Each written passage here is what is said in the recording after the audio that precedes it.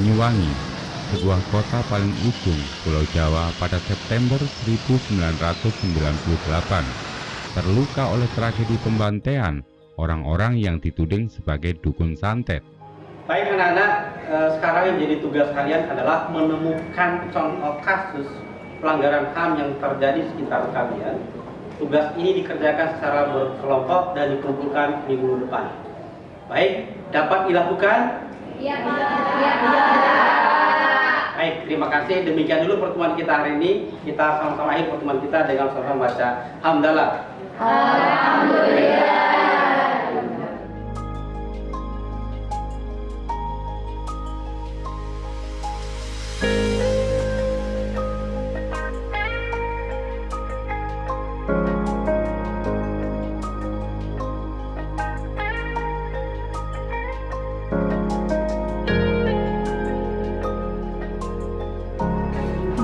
Apa ya? Santai, coba aku cek informasinya di internet dulu. Biasanya kan Mbak Google nggak tahu.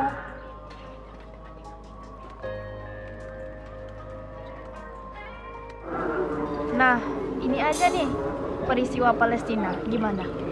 Tapi kalau peristiwa di Palestina memang resmi tentang pelanggaran HAM sih menurutku. Cuma kalau dicocokin sama penjelasan Pak Taman tadi, sepertinya kasus HAM di Palestina itu termasuk dalam kasus pelanggaran HAM internasional. Untuk tugas kita kali ini, kayaknya kurang tepat. Iya, betul. Tugas kali ini kita perlu menemukan kasus pelanggaran HAM lain yang kerap terjadi di sekitar kita. Saran aku sih sebaiknya kita mempersempit cakupan kasusnya aja. Kita khususin buat kasus pelanggaran HAM di kalangan pelajar aja, gimana? Nah, iya benar. Gimana kalau kita cari lagi?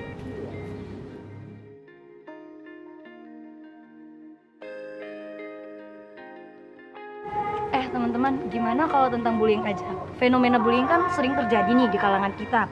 Dan sepertinya akan banyak informasi yang bisa kita dapatin kalau kasus bullying ini kita angkat ke dalam tugas kita. Gimana? Nah, boleh juga tuh.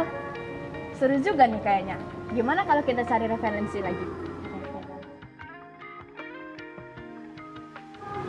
Sebentar, sebelum kita menggali lebih dalam tentang kasus bullying ini, sebaiknya kita cari tahu dulu definisi bullying itu sesungguhnya, biar kita tahu bullying ini termasuk pelanggaran HAM atau tidak.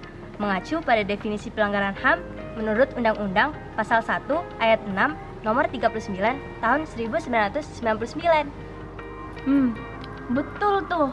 Yuk kita tanyakan sama Mbah Google, pilih sumber terpercaya dan ada identitas penulisnya.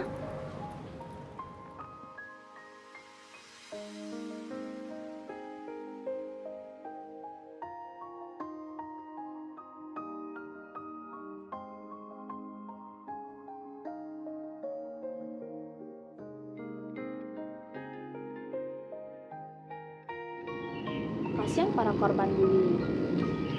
Mereka bisa depresi yang berkepanjangan, terus trauma, dan bahkan bisa hilang kepercayaan dirinya. Kasihan ya. Nah, kalau dicocokkan dengan definisi pelanggaran HAM menurut Undang-Undang Pasal 1 Ayat 6 Nomor 39 Tahun 1999 tentang pelanggaran hak asasi manusia. Di sini disebutkan bahwa